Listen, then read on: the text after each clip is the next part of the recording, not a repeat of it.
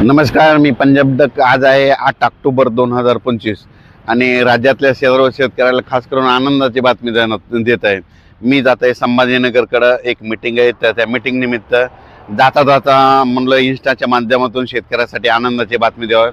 राज्यात उद्यापासून म्हणजे 9 ऑक्टोबर पासून राज्यात चांगलं सूर्यदर्शन होणार आहे। धुके धुराळी देखील येणार आहे, म्हणून हा अंदाज लक्षात घ्यायचा। सर्व शेतकऱ्याला सांगू इच्छितो की ज्यांचं सोयाबीन असं तर उडीद असेल तर तुम्ही काढू शकता, कारण की राज्यात 9 तारखेपासून ते 16 तारखेपर्यंत 8-9 दिवस हवामान कोरडं राहणार आहे। पाऊस काय येणार नाही, त्याच्यामुळे तुम्ही सोयाबीन काढण्याची तयारी करा, पेरणीची देखील तयारी करा। आता पावसानं विश्रांती घेतलेली आहे, म्हणून हा अंदाज खास करून महाराष्ट्रातल्या शेतकऱ्याला अंदाज देत आहे। फक्त राज्यात सांगायचं झालं तर म्हणजे आज आणि उद्याचे दिवस म्हणजे 8 ऑक्टोबर आणि 9 ऑक्टोबरच्या दरम्यान फक्त सोलापूर जिल्हा, इकडं सांगली जिल्हा, कोल्हापूर तिकडल्या भागामध्ये, पंढरपूरकडं तुरळक ठिकाणी ह्या 2 दिवस भाग बदलत विखुरलेला स्वरूपाचा पाऊस पडत, सर्वदूर काही पडणार नाही, म्हणून हा अंदाज त्या 3 जिल्ह्यातल्या लोकांनी देखील घ्यायचा।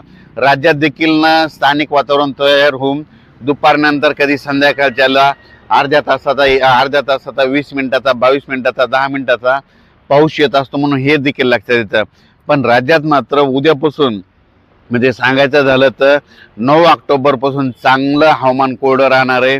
पाऊस काय येणार नाही, त्याच्यामुळे काही चिंता करायची गरज नाही। शेतकऱ्यांनी सोयाबीन काढा आणि रात्री येत असताना काय करायचं, झाकून देखील ठेवत जा, म्हणून हा अंदाज लक्षात यायचा। पण राज्यात जरी आता तरी 8-10 दिवस राज्यात 8 दिवस पावसाचं चांगलं मोठ्या पावसाचं वातावरण नाही, म्हणून हा अंदाज लक्षात यायचा।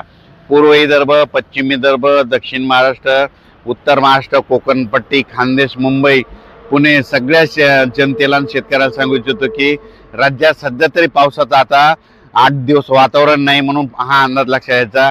तुम्ही तुमच्या पेरणीची तयारी करू शकता, सोयाबीन देखील काढू शकता, म्हणून हा अंदाज लक्षात यायचा। धन्यवाद।